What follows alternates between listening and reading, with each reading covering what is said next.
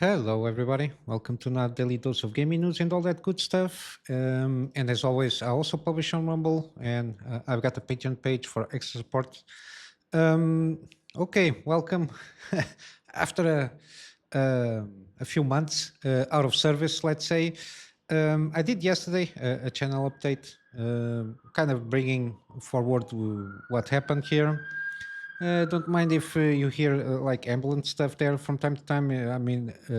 My new house is nearly very near a busy street. From time to time, I got some ambulances here and there, so nothing is wrong. Yeah, the objective is trying to, I don't know, every weekday bring some news programs here and there. At the moment, I cannot commit to fully schedule.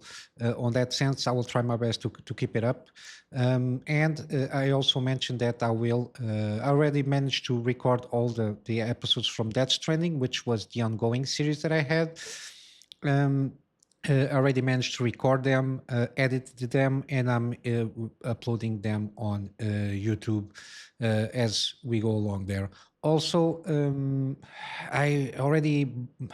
I did something that I usually don't advise people to do, but because I really want to play this game, which is Death Stranding 2, to a certain point, because I finished it. Basically, was the last game that I finished playing, which was Death Stranding, and I'm really curious and already made the preload, so I already downloaded the game. So when the game comes, I will see. I will probably do some testing to see if it goes well in terms of recording, if I can manage to do that.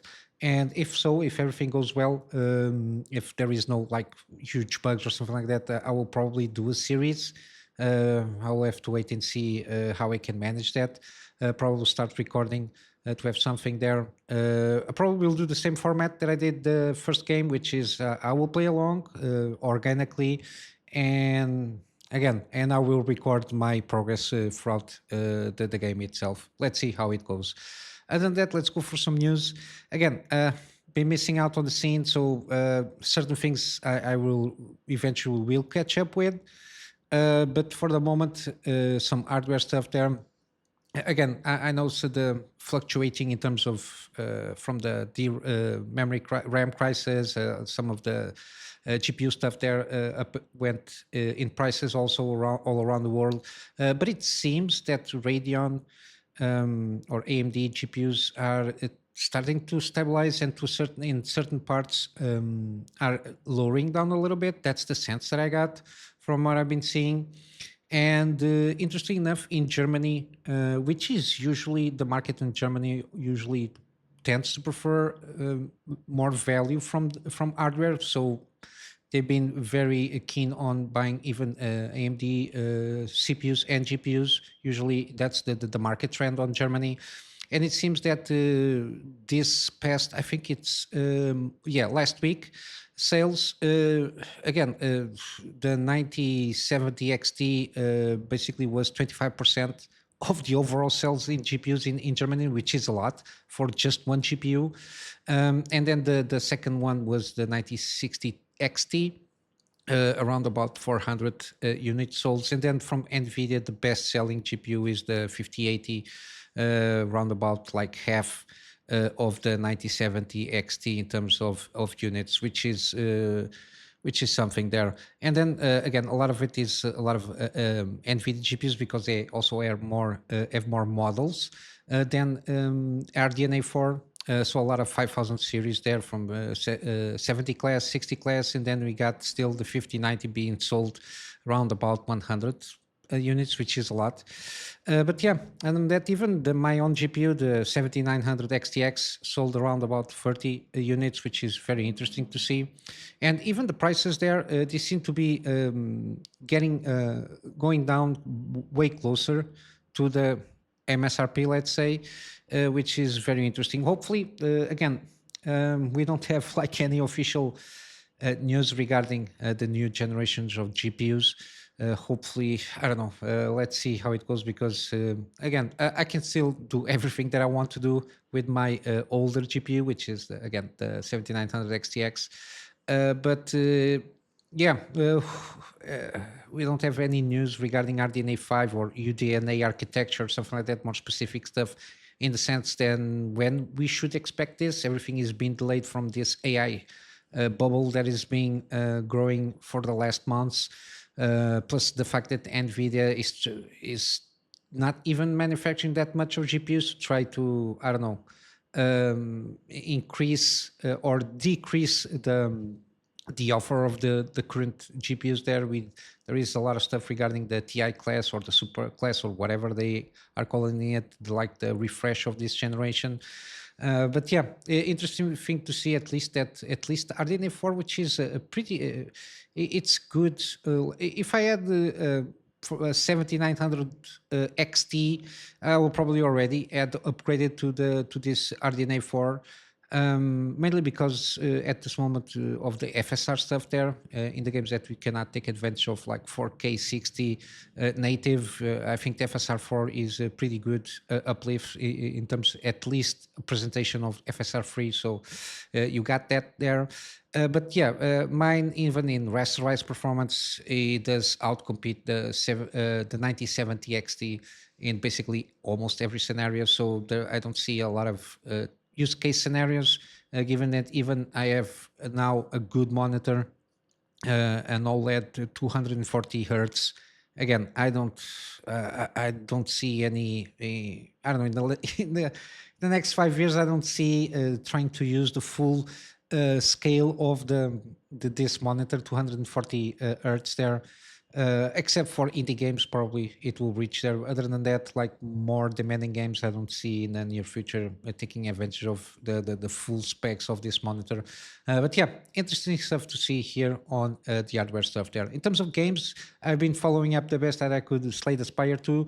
It came out around about a week ago on oh my god, early access, and it already sold 3 million copies. Again, I played the first one. I spent at least 100 and something hours on that game. I really like this game, the deck building stuff there, and even selling 3 million copies, sorry, in early access. It seems that it has overwhelmingly positive feedback on Steam. And they again, it's the same process that they went for the first game. The full release of this game will be when they think it's done properly in their minds of the developers, which is always good to see. Even though, again, not having like I don't know, a release date planned, not even throughout this year or something, or next year. It's always a little bit more. People tend to not buy that much early access games when they don't at least have a plan of launching the full release there. I'm not sure how I'm going to approach this game, given that I liked very much the first one. Probably in the near future, maybe I will maybe take a chance on early access, even though I usually don't recommend people jumping in early access or pre-ordering games. Usually that's my recommendation. I don't know. Probably in the meantime, I will play a lot of games because I have a lot of stuff in my library there to play for the first time. The games that I bought throughout the couple of years of on Steam Fest or something like that, or any kind of promotion or deals that usually appears. I got a lot of stuff here that I need to catch up on my library. Maybe I will have to wait this one to reach a full release and then maybe take a chance. But yeah, it's already early access if you want to take a chance on this one. But it seems that they are going to, at least, they have already a backtrack of having an excellent game. If you like deck builder, roguelike deck builders, I think this might be a good option here for you. Then we got this one that I covered here and there, which is called Blight Survival. Again, I don't think, given that I've been covering this game and the fact that we have more information, I don't think this is like really the game for me, mainly because of it is a co-op game at its heart. I think I think they are going to go for it more in the co-op stuff there, even though I think you can play it solo. I don't know. We'll have to wait and see when this game fully releases. I watched a trailer that they launched very recently, and it seems that they revamped a lot of stuff. I think this, when it first launched, the first trailer for this game was like a two-person kind of a thing there, but I think they managed to expand and found a proper studio, which has basically more people working on this one. Again, very interesting what they're trying to do there. From the gameplay that I saw, I think almost a year ago. But yeah, I think this one might be something to keep your eyes on it, maybe wishlist it. And again, as usual, I will leave all the links in the description from all the articles that I've been covering here. Then you got Resident Evil Requiem. Again, I was a little bit reticent on the information that I've been seeing here and there from this game, even though I was very curious, given that I really enjoyed Resident Evil 7 Biohazard when I played it, and I made a series out of it long time ago. I already bought also the Resident Evil 8. I completely forgot the subtitle of that one. And then we got the Resident Evil 9 Village, Resident Evil 8 Village. It's one that I really want to try out because it continues the story of 8. I don't know. I managed to stay out of spoilers of that one, and so far I managed to stay out of spoilers of also Requiem. But yeah, it seems that the game is good. There were some concerns on this main character, the Ashley Ashcroft, or I think that's the character's name. There were some concerns there. I'm not sure what the character is in terms of the Resident Evil universe, but there were some concerns. But I think from what I've been seeing, the game is pretty good. It maintains a little bit of a mix between Resident Evil 7 and Resident Evil 4, so it's like a little bit of mix there. So it's not overboard on the action part of the thing. So it's not basically a shooter, and it tries to balance out the action part of Resident Evil 4 with the horror and the environment of Resident Evil 7, at least from the games that I played, and I have some kind of idea what they're trying to do there. And again, it topped 6 millions since it launched. So it launched late last month. So it's been around 18 days or so. So it's been a success. The game seems to be very good on PC in terms of performance and everything. But yeah, maybe it's one of those when it comes out, I will play it on a deal or something like that. Again, I did manage to try out and do some record testing on the Resident Evil games, but I don't know if it is the Nuvo stuff or something like that. I cannot capture decent footage. It kind of I don't know what's happening there. That's why it's one of the reasons also that I bought this mini PC that I mentioned on my channel update. And eventually, basically, I will integrate here, I don't know, with a capture card or stuff like that to start, I don't know, try to do something here, hopefully, because I like Resident Evil games. At least it's some fun here that I usually like to, and I would like also to, I don't know, maybe do a recap, because I didn't play Resident Evil 2, 3, the ones that I did the remakes. I never played the original ones at the time. I don't know why. I managed to catch and play Resident Evil 4 and 5. I didn't play 6, and then again I managed to play the Resident Evil 7. And at least with the remakes, I can have a sense of kind of the story and the action and know a little bit more the characters and all that stuff. But yeah, it's good to see that if the game is good, is being sold. Again, it's always positive to see this. Hopefully, Capcom can understand what the demand is from their franchises and doesn't ruin. For example, like to a certain degree, it lost for me a little bit the steam on Monster Hunter stuff there. Again, the performance, I don't know what they were trying to do there with Monster Hunter Wilds. It was a little bit disappointing seeing that a lot of people are not enjoying the game, mainly because of performance issues that are not still solved. So yeah, it's a little bit annoying to see that. And then this is a little bit out of my depth. I'm not being tracking too much the technology stuff here from DLSS and FSR as much as I want. But it seems that today, while I'm recording this during today or yesterday late night on my time zone, similarly, Nvidia did a presentation. I started seeing on my feed a lot of stuff covering this, announcing DLSS 5. I think they announced earlier this year DLSS 4.5, so it's that's why I was a little surprised they announced this. But from the information that I saw, again, it's not a deep. I'm not going to do any kind of a deep dives here. regarding this presentation, but my overall sense is this is not the best way to go about this. At least we're trying to make it seem on this presentation, which is supposedly upscaling technology, which supposedly is going to bring a leap in gaming graphics and visuals. When I saw the short clips that there is on YouTube, especially this comparative image here, my overall sense is the lighting, the environment lighting, seems that there is some kind of improvement here and there. But the characters is the more jarring thing here. It seems, even though I don't frequent too much, for example, Instagram, it seems like basically what the technology is doing here is putting an Instagram filter on everybody.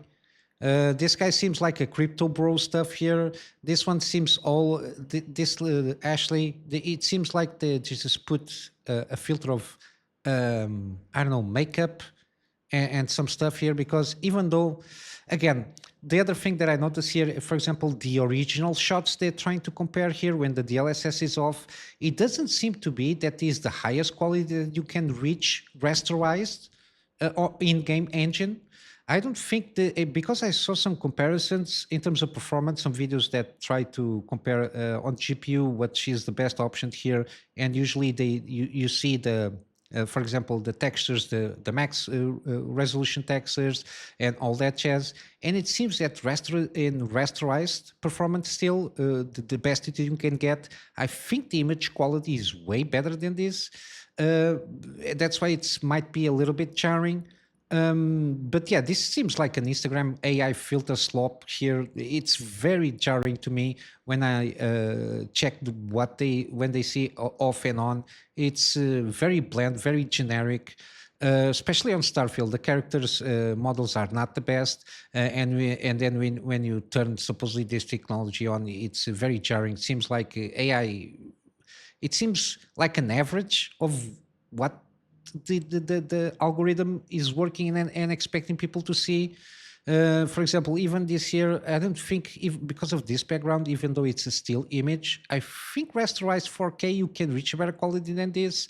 But the fact that they just, I don't know, it seems like all of a sudden you have lights coming out where they are not supposed to come out. I don't know what they're trying to do here, especially here also in Hogwarts Legacy, very odd stuff here. This doesn't seem to be put on 4K max settings rasterized, so without taking into account any RT or something like that. It seems that the games can present better in rasterized. And then when you turn DLSS 5, you just see it seems like AI. What you see like when you upload your picture and you just put a filter with AI and stuff like this happens. I don't know what he's trying to do here. And even with I watched some people criticizing Digital Foundation coverage of this. Again, I didn't watch the video itself, so I don't have an idea of criticizing that. But I watched Moore's Law is Dead comment, at least this small video that he did, around 20 minutes or so, covering this in more depth that I can cover here. And yeah, that's the sense that I got when the first time I saw the images and the video that Nvidia launched there, it's like a couple of minutes or so. That was the sense that I got. It's that even when they present this DLSS off, even in still images, it's very jarring. And even on the clips, it shows a little bit of motion. It seems out of place. It seems that they're trying to, I don't know, make it more realistic in a sense. The environments, I think they want to try to average. It seems like an average of what I don't know, the AI algorithm thinks that the game is supposed to be in terms of presentation, even in art style or art direction. And I don't know, it's very odd. But Moore's Law is Dead. The way he explains is he can basically pronounce what I'm thinking to a certain extent, what this seems like. And I don't think this is the best way to go. I think they should have focused better. And the fact that, again, I completely forgot to mention, supposedly this is presented with dual 5090, so one for running the game engine, and then just one 5090 dedicated to this supposedly DLSS 5. Again, this is supposedly to, I don't know, be launched by the end of the year, running on one GPU only.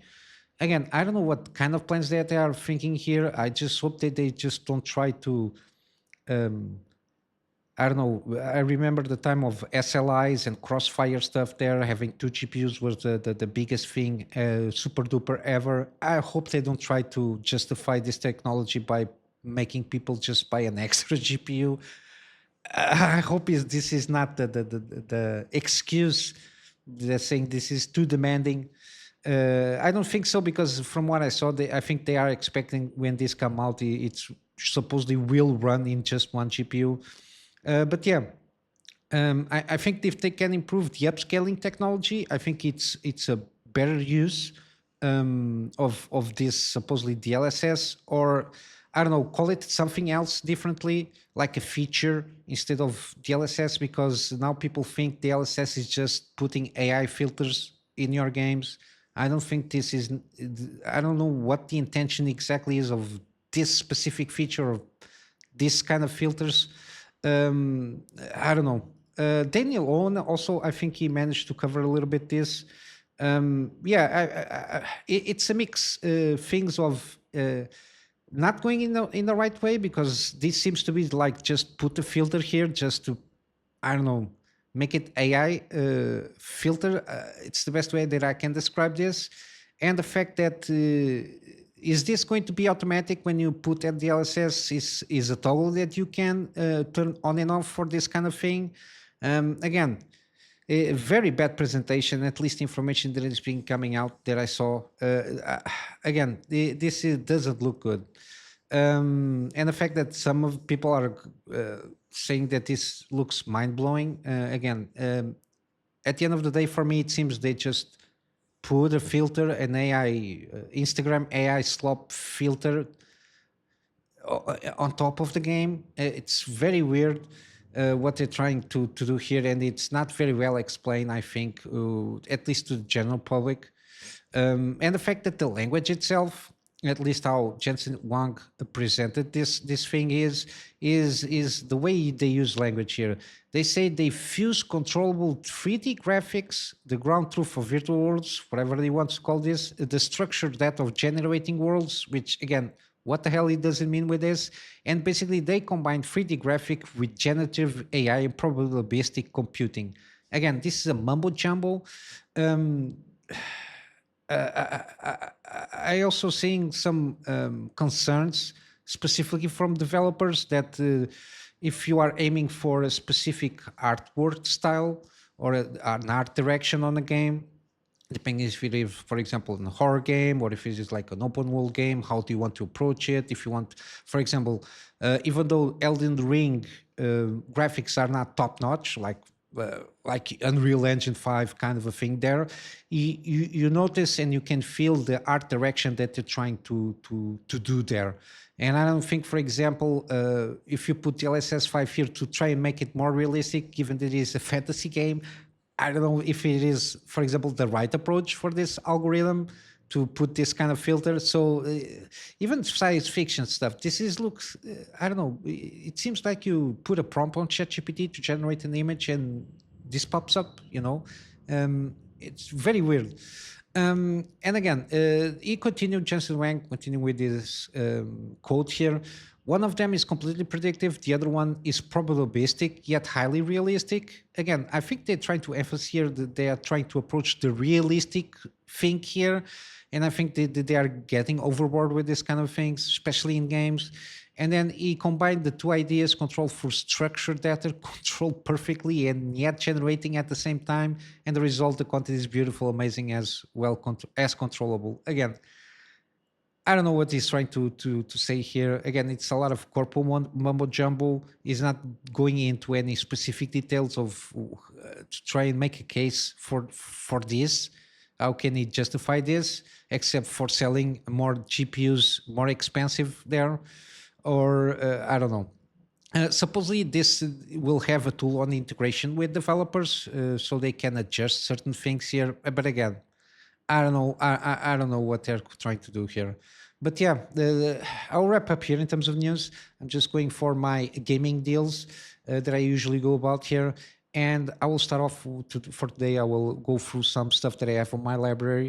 In this case, Jusant. I did a series on this one. I really do. I really do recommend this game. It's 55% off at the moment of recording. Got a day or so until the promotion is off. I think Steam will have a new kind of Steam sale in the I don't know when, very soon also. But yeah, I really do recommend this game. I did enjoy this one. We got also Mutant Year Zero Road to Eden. Again, I also made a gaming series out of this one. I did enjoy the game. Especially at this price point, I think you can also take a jump on the deluxe edition. You got the Seeds of Evil DLC. Again, it's not that intricate and complex like XCOM, but it's kind of an XCOM-like kind of a game. The story itself and the characters are interesting enough for me to recommend this game at when it's on sale. So I think you might want to give it a go. And if you are hesitant, you can check out my gameplay series on this one. We got also Near Replicant. Again, I didn't play this game, but at this moment usually was last time I checked was 50% off, if not mistaken. Now it's 60%. Again, it's one of those that you can check out for yourself. And basically, this is a prequel to the next game, which is Nier Automata. Again, this is one that I need to delve a little bit here. This is the Game of Year edition, 60% off also. We got Planet of Lana. The second one is out now also, as it's mentioned here on the card. At this time is 90% off. Again, I think it's, if you like this kind of games that you don't have like dialogue, it's basically the story is told through the characters, visuals, and sound and all that jazz. I think this one is a very good game for you to try out. And I also did a gaming series on this one. That's why I recommend it. Got also, again, Slay the Spire. If you want to ever try on the first one, it's very cheap, 75% off. Again, €5, which is $6 or $7 or so, for you to get a hang of the basic mechanics. Again, I really do recommend this game. I enjoy it very much. We got also the Jedi Fallen Order and also the Survivor here. I do recommend this game if you like kind of Star Wars and you like kind of what supposedly more actiony, kind of Souls-like kind of actiony kind of game. I think this is a good recommendation, especially when it is on sale. Again, you got the deluxe edition, 92% off, so $5 or so. I can recommend this at this price point. The same thing can be said with Jedi Survivor, 90% off. Again, the deluxe edition, I think it's only some skins here and there. I think the base game is it's good enough. But yeah, I do recommend these ones. And if you're hesitant or you want to check out, you can to see the gameplay series that I did, both of these games. And then lastly, this one is not in promotion, which is Wall World. Again, I think there is a bundle here, Wall World Complete. Got everything here, 25% off, if not mistaken. But yeah. Even not on sale, it's a very cheap game, and if you like kind of a mix between tower defense, mining, and boss battles, and if you like some roguelike action also, especially on the mining parts here, again, I do recommend this game. I played the main game and the DLC, and it's a stamp of approval for my part, even when it's not on sale. And I think they're already working on the sequel on this one. The story also very interesting here. The setting and all that jazz and the mechanics of the game are pretty good. But yeah, with all that said, I'm going to wrap up here for today with just a plug on my Patreon as usual for extra support. Again, it's not mandatory. It's just in case if you want to give some extra support there. But yeah, with all that said, I will see you in the next one. And until then, Kunamy Master out.